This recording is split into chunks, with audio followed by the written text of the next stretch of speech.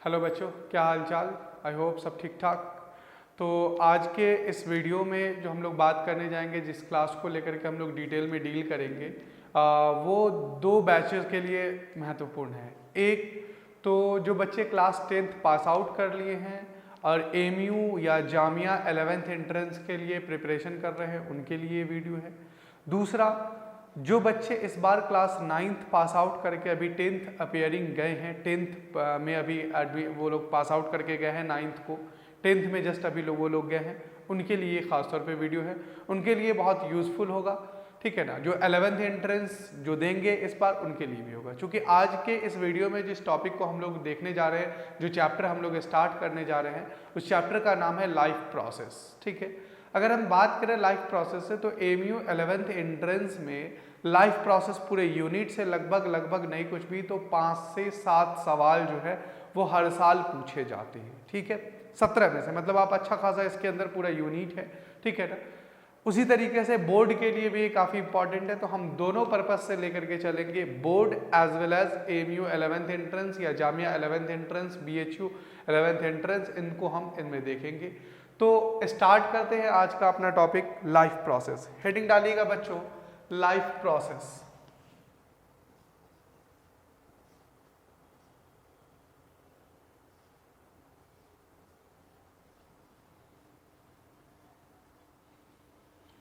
सबसे पहले सवाल उठता है कि व्हाट इज लाइफ प्रोसेस। सवाल ये उठता है कि लाइफ प्रोसेस होता क्या है। बोर्ड के पर्पस से देखें तो कई बार इससे डिफिनेशन लिखने के लिए आता है कि define the term life process या what do you mean by the life process, ठीक है ना।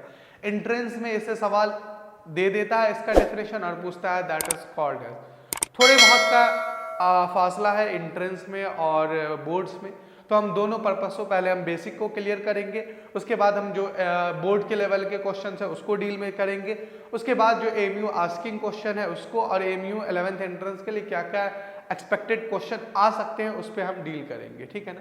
तो सबसे पहले समझिए लाइफ प्रोसेस होता क्या है। कहता है कि for in their surviving in their environment, for surviving in their environment, every living organism perform those function that is considered as a life process।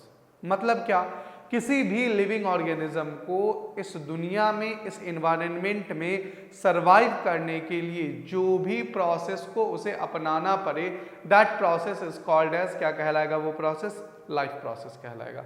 आया समझ में बात। मतलब भाई अगर हम बात करें कि हम लिविंग ऑर्गेनिज्म है, ये मार्कर नॉन लिविंग है, तो what is the difference between the living thing and non living thing.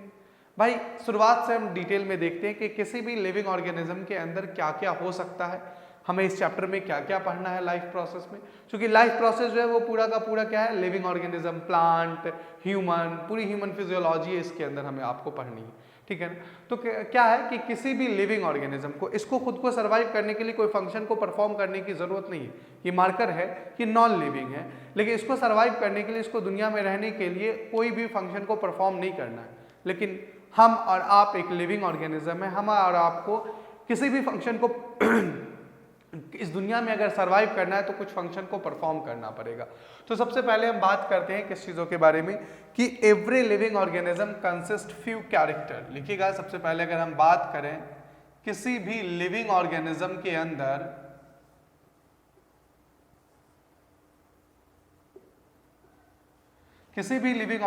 के अंदर कुछ कैरेक्टर दिखाई देंगे, और वो कैरेक्टर कुछ इस प्रकार होंगे, कुछ इस टाइप के होंगे। सबसे पहले कैरेक्टर की अगर हम लोग बात करें तो सबसे पहला कैरेक्टर देखने के लिए किसी भी लिविंग ऑर्गेनिज्म के अंदर मिलेगा रिस्पायरेशन। क्या देखने के लिए मिलेगा हमें और आपको, रिस्पायरेशन, वो सांस लेता होगा। अभी देखेंगे दूसरा कैरेक्टर क्या होगा बेटा, उसके अंदर न्यूट्रिशन होगा। उसके अंदर दूसरा कैरेक्टर क्या होगा बेटा, न्यूट्रिशन होगा।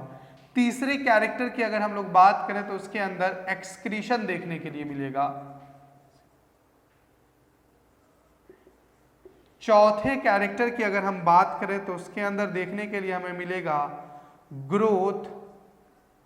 इसी के अंदर आता है बेटा मूवमेंट भी, और इसी के अंदर आता है लोकोमोशन भी। क्लियर। और पांचवा जो किसी भी लिविंग ऑर्गेनिज्म का कैरेक्टरिस्टिक होगा वो होगा रिप्रोडक्शन। पांचवा कैरेक्टर उसका क्या होगा, रिप्रोडक्शन। तो किसी भी लिविंग ऑर्गेनिज्म को अगर इस एनवायरनमेंट में सर्वाइव करना है तो ये सारे फंक्शन को क्या करना पड़ेगा, परफॉर्म करना पड़ेगा। और किसी भी लिविंग ऑर्गेनिज्म के कितने कैरेक्टर होते हैं, every living organism consist how many character, 5 character. कितने कैरेक्टर होंगे किसी भी लिविंग ऑर्गेनिज्म के अंदर बेटा, 5 कैरेक्टर प्रेजेंट होंगे। पहला कैरेक्टर है रिस्पिरेशन, दूसरा है न्यूट्रिशन, तीसरा है एक्सक्रीशन, ग्रोथ, इसी के अंदर आता है मूवमेंट और लोकोमोशन, और 5वां कैरेक्टरिस्टिक है क्या चीज आपका, रिप्रोडक्शन। चलिए हम एक एक को डिटेल में देखते हैं, उसके बाद हम आएंगे। पहला तो समझ में आ गया सबको कि लाइफ प्रोसेस किसको कहेंगे। For the surviving in their environment every living organism perform those function is called as life process. किसी भी लिविंग ऑर्गेनिज्म को खुद को सर्वाइव करने के लिए इस अर्थ पे, इस दुनिया में जो भी फंक्शन उसे परफॉर्म करना पड़े वो सारे के सारे क्या कहलाएंगे बेटा, लाइफ प्रोसेस कहलाएंगे। और किसी भी लिविंग ऑर्गेनिज्म को इस दुनिया में सर्वाइव करने के लिए कितने कैरेक्टर को प्ले करना पड़ेगा, मिनिमम ये 5 कैरेक्टर तो उनके अंदर होने ही चाहिए। क्लियर, समझ में आ रही है बातें। चलिए एक एक कैरेक्टर को डिटेल में देखते हैं कि एक एक कैरेक्टर होता क्या।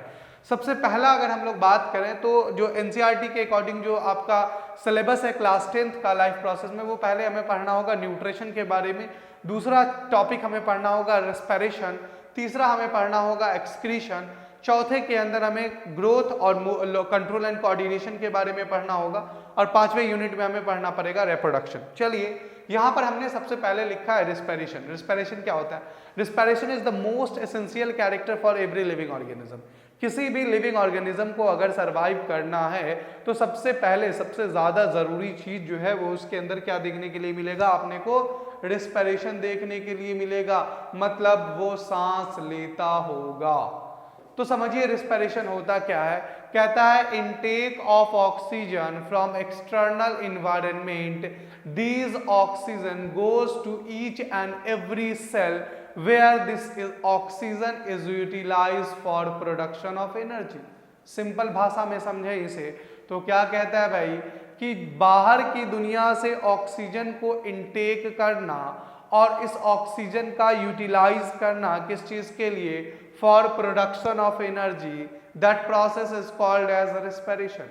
बाज बच्चे यहां पर कह देते हैं intake of oxygen and exhale out of carbon dioxide, that phenomena is called as respiration। ना भाई वो respiration नहीं है, वो क्या है आपका, वो आपका breathing है। intake of oxygen and exhale out of carbon dioxide, that phenomena, that process is called as breathing। clear।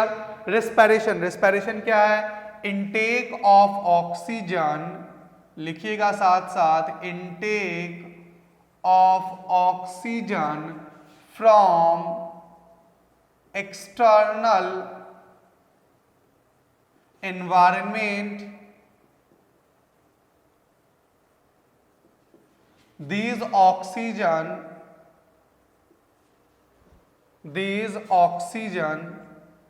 goes to each and every cell where this oxygen is utilized for production of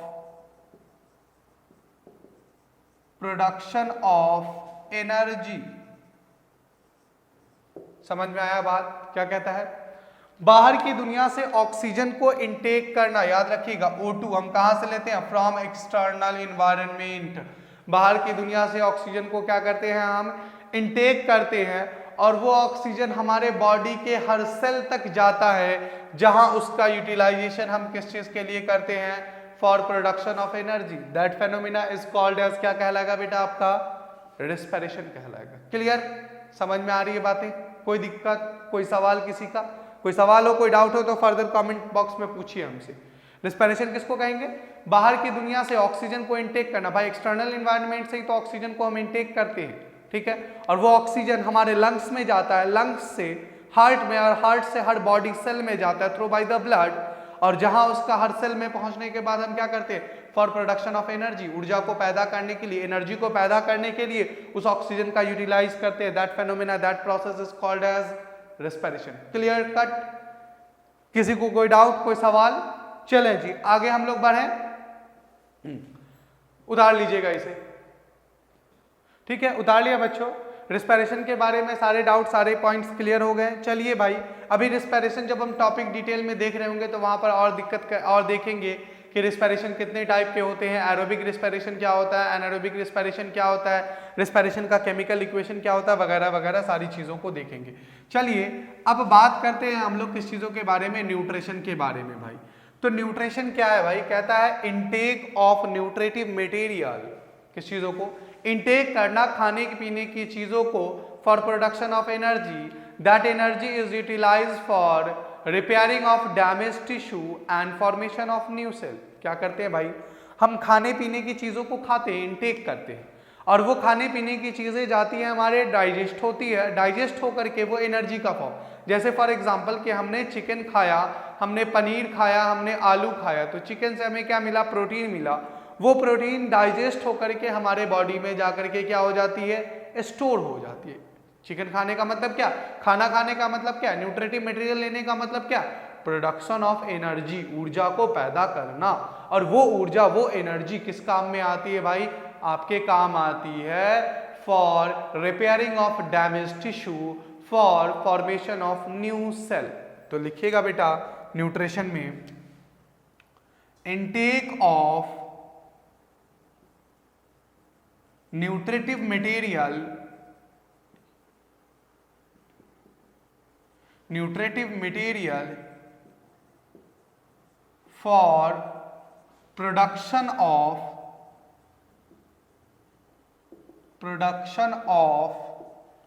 energy, that energy is utilized for repairing of damaged tissue,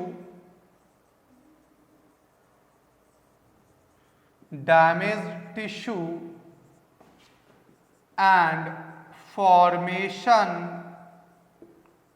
of new cell,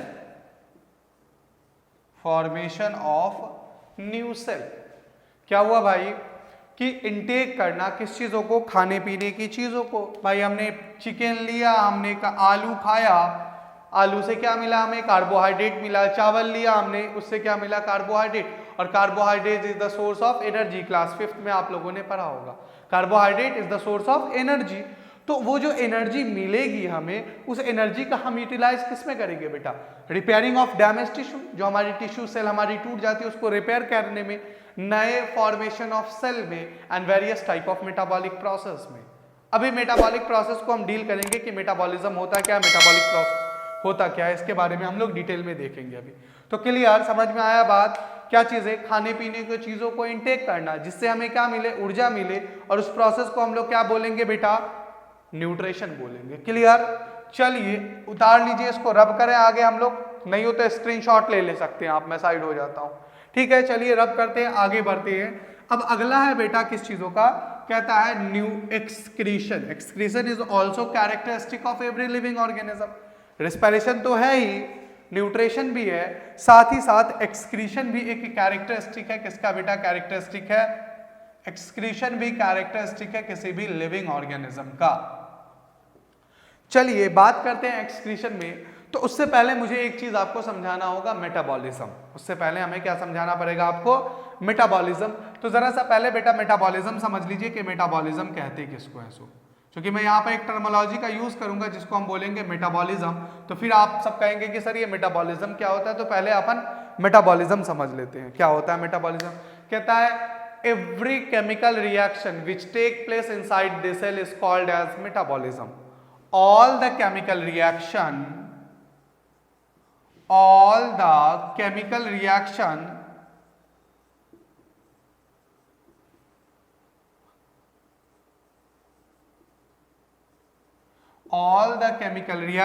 which take place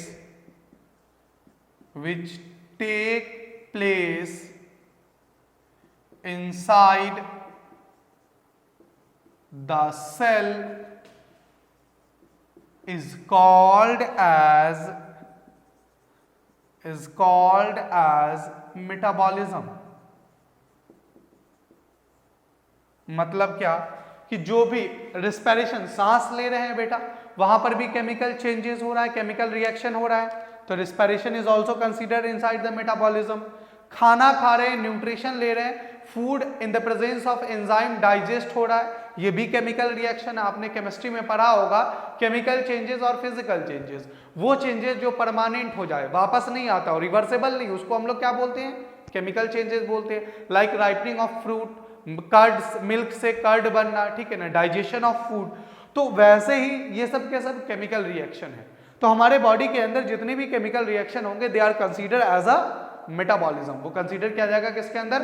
metabolism के अंदर consider किया जाएगा। Clear? अब metabolism कितने type के होते हैं इसको हम लोग आगे डिस्कस करेंगे। तो अभी हम लोग बात करते हैं किस चीजों की? एक्सक्रीशन की। मेटाबॉलिज्म वैसे दो तरीके के होते हैं, एनाबॉलिज्म और कैटाबॉलिज्म। अभी हम लोग आगे डिस्कस करेंगे। तो समझिएगा यहां पर बेटा क्या चीज है कि एक्सक्रीशन किसको कहते हैं? कहता है after the metabolic process. Metabolism या मेटाबॉलिक प्रोसेस बात एक ही है। After the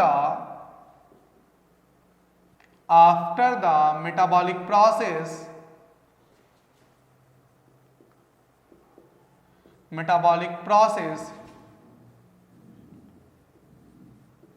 some toxic substance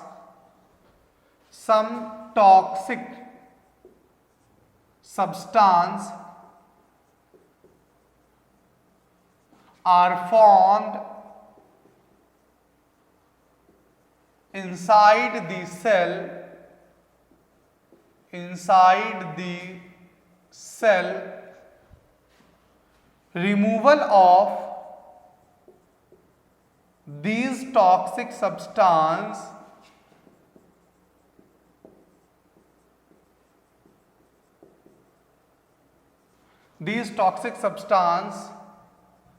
from the cell is called as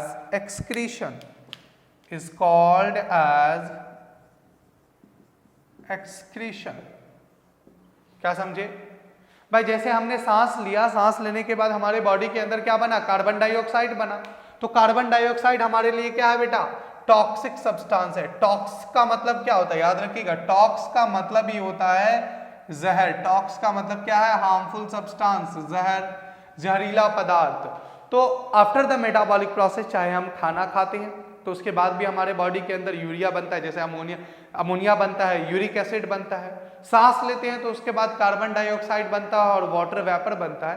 तो ये हमारे लिए कार्बन डाइऑक्साइड, या हमारे लिए या यूरिया, हमारे लिए अमोनिया, हमारे लिए यूरिक एसिड, ये सब कैसे है बेटा? टॉक्सिक सब्सटेंस है। तो इन टॉक्सिक सब्सटेंस का रिमूव आउट करना from the body, from the cell, that process is called as excretion. Clear? समझ में आ रही बातें? जहरीले पदार्थों को, मतलब जो भी चीजें as a form of sweat, ठीक है, एज अ फॉर्म ऑफ क्या कहते हैं, stool, as a form of urine, पसीना निकलता है ना भाई, तो पसीने में क्या होता है? हमारा टॉक्सिक सब्सटेंस होता है। यूरिन को हम पास आउट करते हैं, स्टूल को हम पास आउट करते हैं, उसमें हमारा क्या होता है? टॉक्सिक सब्सटेंस होता है। तो removal of this toxic substance from the body, हम अपने बॉडी से इस जहरीले पदार्थ को, इस टॉक्सिक सब्सटेंस को एलिमिनेट करने के प्रोसेस को क्या कहेंगे हम लोग? एक्सक्रीशन कहेंगे। क्लियर? समझ में आ गई बातें? चलिए जी, नोट कर लीजिएगा। हाँ जी बच्चों, उतार लिया। तो एक्सक्रीशन समझ में आ गया, removal of toxic substance from the body, अपने बॉडी से टॉक्सिक सब्सटेंस को एलिमिनेट करना, या elimination of toxic substance, elimination of harmful substance from the body is called as excretion. चले, तो excretion is also a characteristic of every living organism. Excretion भी देखने के लिए मिलेगा किसके अंदर बेटा? हमें कैरेक्टर देखने के लिए मिलेगा किसके अंदर? अपने को देखने के लिए मिलेगा लिविंग ऑर्गेनिज्म के अंदर। चलिए अब बात करते हैं ग्रोथ की। तो ग्रोथ क्या होता है? तो समझिएगा ग्रोथ क्या होता है। ग्रोथ के बारे में अगर हम बात करें तो कहता है increasing in mass and increasing in number of individual, that process is called as growth. Increasing in number and increasing in number of individual is called as growth. लिख लीजिएगा, increasing in number increasing in number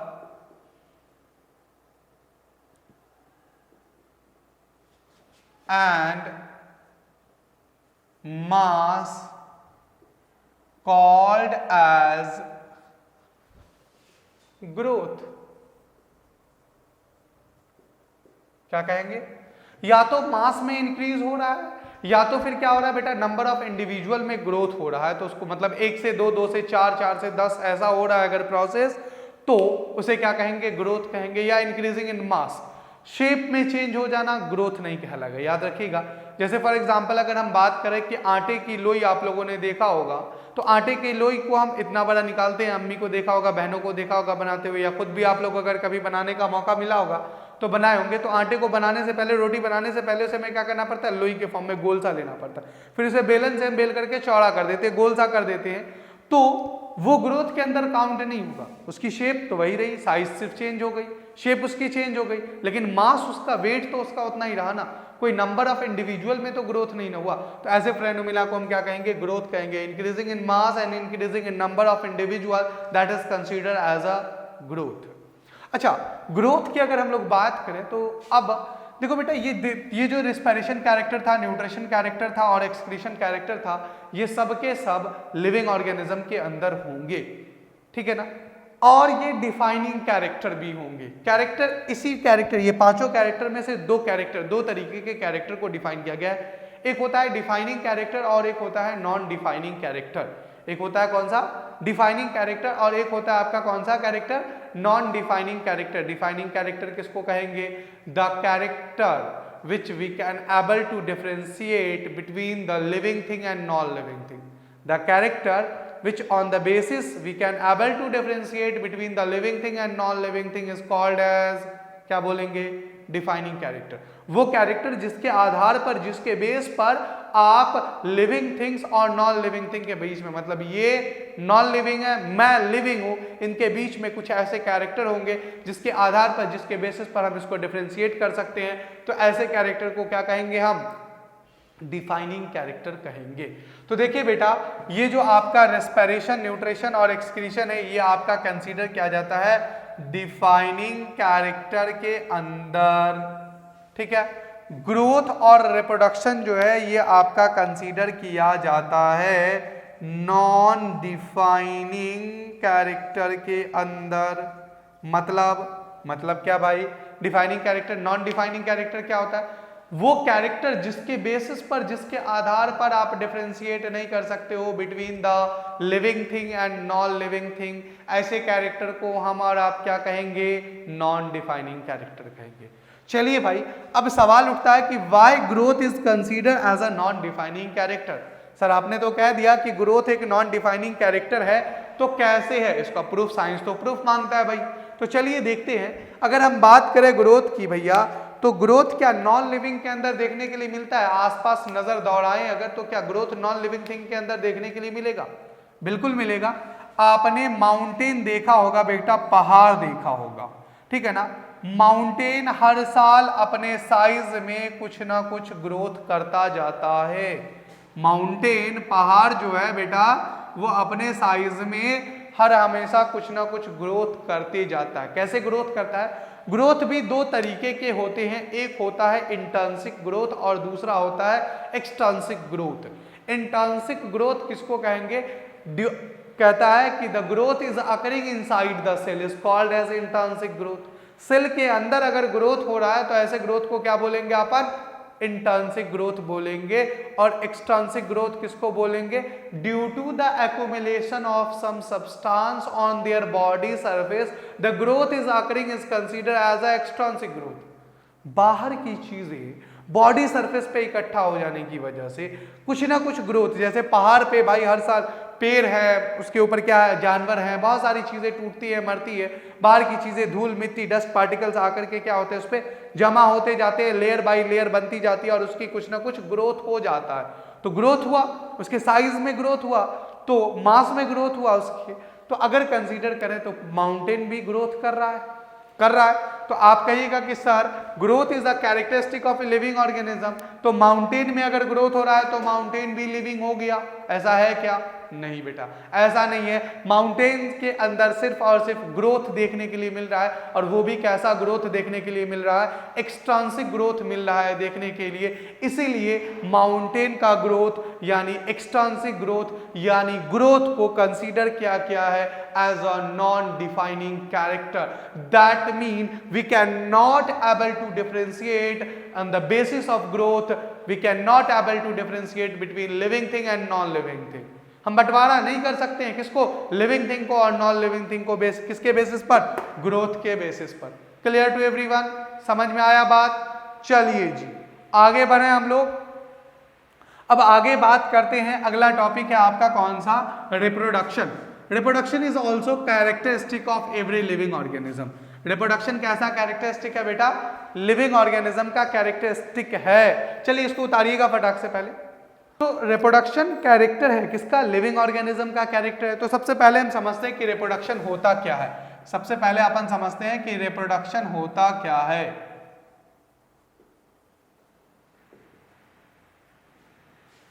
देखिए बच्चों, reproduction is characteristic of every living organism. In this process all living organism produce own like progeny cell, own like kids, ठीक है ना। Reproduction एक characteristic है किसका? किसी भी लिविंग ऑर्गेनिज्म का, नॉन लिविंग का नहीं है। मतलब अगर ये मार्कर नॉन लिविंग है, ये रिप्रोडक्शन करता तो कितना अच्छा होता मेरे लिए। भाई एक मार्कर लाता, यही से काम चल रहा होता क्या? तो ऐसा नहीं है कि रिप्रोडक्शन नॉन लिविंग के अंदर देखने के लिए मिलेगा भैया। अगर ये होता तो मार्कर का बेटा, उसका पोता, चलता रहता हमारा काम, तो ऐसा नहीं है यहाँ पर। तो रिप्रोडक्शन नॉन लिविंग थिंग्स के अंदर देखने के लिए नहीं मिलेगा। रिप्रोडक्शन सिर्फ और सिर्फ किसके अंदर देखने के लिए मिलेगा? देखने के लिए मिलेगा लिविंग ऑर्गेनिज्म के अंदर। इन दिस प्रोसेस, बाज बच्चे कहीं कहीं पे लिखा रहता है this is the phenomena. Phenomena नहीं है, प्रोसेस है। इसमें चेंजेस आते हैं, वेरिएशन आते हैं, तो इसलिए that is the process, not it is consider as a phenomena, ठीक है। तो in this process all living organism produce own like progeny cell. लिखिएगा, इन दिस प्रोसेस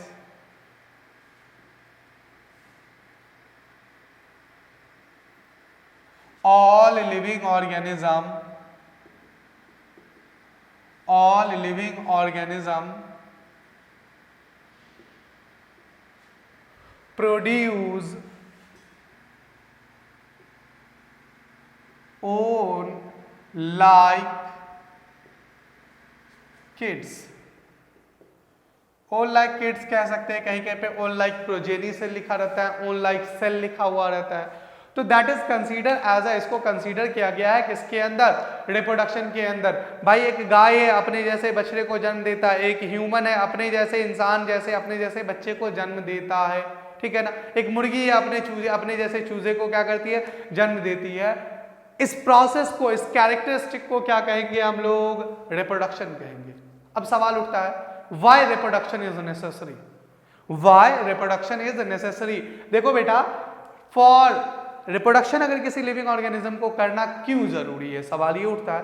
तो इसका जवाब क्या होगा? To maintain their species, to continue their species, to continue their generation. मतलब अगर किसी लिविंग ऑर्गेनिज्म को अपना जनरेशन, अपने स्पीसीज को, अपने फैमिली को, अपने जेनरा को अगर उसे इस अर्थ पे, इस दुनिया में इस बनाए रखना है, तो उसे क्या करना पड़ेगा? रिप्रोड्यूस करना पड़ेगा। फॉर एग्जाम्पल कि हम अगर बात करें कि एक डॉग, कुत्ते की लाइफ साइकिल कितनी है बेटा? 15 से 17 साल है। किसी वजह से भी आज डॉग के अंदर रिप्रोडक्शन रुक जाए तो अगले 15 से 17 साल, 20 साल बाद इस अर्थ पे कोई डॉग दिखाई देगा? नहीं देगा ना। वही चीज है, अगर उस डॉग को, अपने स्पीसीज को, अपने आप को बनाए रखना है, कंटिन्यू रखना है, तो उसे क्या करना पड़ेगा? रिप्रोडक्शन करना पड़ेगा। क्लियर? चलिए जी, अब हमने यहां पर बताया था कि reproduction is consider as a non defining character. Reproduction को कंसीडर किया गया है कैसे कैरेक्टर में? नॉन डिफाइनिंग कैरेक्टर में। कैसे कैरेक्टर में? बोलना भाई, नॉन डिफाइनिंग कैरेक्टर में। तो सवाल उठता है why reproduction is considered as a non defining character. Sir इसके अंदर तो नॉन लिविंग के अंदर तो देखने के लिए मिलता ही नहीं है, सिर्फ और सिर्फ लिविंग के अंदर ही देखने को मिलता है, तो मतलब इसलिए तो डिफाइनिंग कैरेक्टर के अंदर है। ऐसा नहीं है। क्यों नहीं है? अगर हम बात करें कि इन आर सोसाइटी, इन आर क्या कहते हैं, आपका जो सोसाइटी है, आपका जो मोहल्ला है, गांव है, कस्बा है, इसमें बहुत सारे ऐसे लोग होते हैं, ऐसे लिविंग ऑर्गेनिज्म होते हैं, they can not produce their progeny से, like sterile human couple. Sterile human couple का मतलब क्या भैया, कि due to the some sexual disorder, जिसको स्टेराइल का हिंदी में कहते हैं बांझ औरत या मर्द, किसी के अंदर भी हो सकता है due to the sexual disorder, कोई औरत कोई मर्द अगर अपने जैसे बच्चे को कैपेबल नहीं है प्रोड्यूस करने के, स्टेराइल है वो, तो वो अपने जैसे किड्स को कैपेबल नहीं है प्रोड्यूस करने के लिए, तो उसके अंदर तो रिप्रोडक्शन देखने के लिए नहीं मिला भाई। आप नजर दौड़ाएंगे अपने जहां रहते होंगे मोहल्ले सोसाइटी के अंदर, तो कोई ना कोई ऐसा कपल आपको दिख जाएगा जिनके किड्स, जिनके बच्चे नहीं होते, मतलब उनके अंदर रिप्रोडक्शन नहीं है। आप देखेंगे म्यूरिन, इनक, आप इन सब के अंदर भी दे can not also produce their progeny से।